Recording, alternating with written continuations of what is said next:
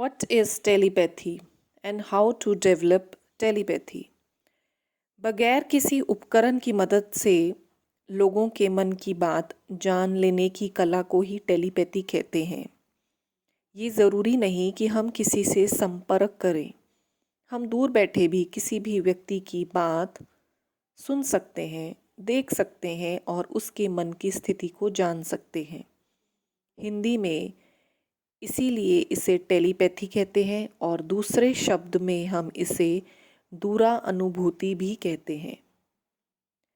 Telepathy शब्द सब जानते हैं, लेकिन इसको कैसे इस्तेमाल करें और इसके किस तरह से हमारी जीवन में फ़ायदे हैं, वो हमें नहीं मालूम। कहते हैं जिस व्यक्ति में ये छठी ज्ञान इंद्री जागृत होती है, वह जान लेता है कि दूसरे के मन में क्या चल रहा है।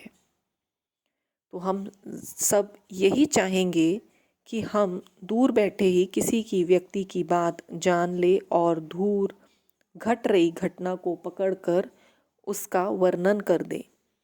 इसे ही हम कहते हैं टेलीपैथी। महाभारत काल में भी संजय के पास ये क्षमता थी। उन्होंने दूर चल रहे युद्ध का वर्णन धृतराष्ट्र को बड़ी अच्छी तरीके से टेलीपैथी के माध्यम से सुनाया। अब टेलीपैथी विकसित करने के 3 तरीके हैं। सबसे पहले ध्यान, दूसरा है योग और तीसरा है आधुनिक तकनीक। ध्यान, लगातार ध्यान करते रहते हम अपने मन को स्थिर कर सकते हैं। मन के स्थिर और शांति होने से ही साक्षी भावपन आने लगता है। तो हम इसके माध्यम से टेलीपैथी कर सकते हैं। ध्यान करने वाला व्यक्ति किसी के भी मन की बात समझ सकता है।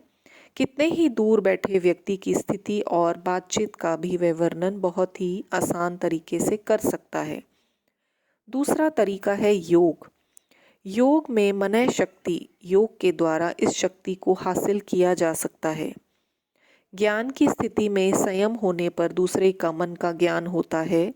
यदि मन शांत है हमारा, तो हम दूसरों के मन का हाल जानने की शक्ति हम हासिल कर सकते हैं। तीसरा है तरीका आधुनिक तरीका। आधुनिक तरीके के अनुसार ध्यान से देखने और सुनने की क्षमता को हम बढ़ा सकते हैं। फिर हम सामने वाले के मन की आवाज़ भी सुन सकते हैं, बट इसके लिए हमें नियमित अभ्यास की आवश्यकता है। तो दोस्तों, ये है टेलीपैथी और कैसे हम टेलीपैथी को पा सकते हैं, मतलब हम कर सकते हैं और कैसे हम टेलीपैथी को बढ़ा सकते हैं। नेक्स्ट वीडियोस में हम आपको और भी टेलीपैथी के बारे में बताएंगे। तब तक के लिए गुड बाय।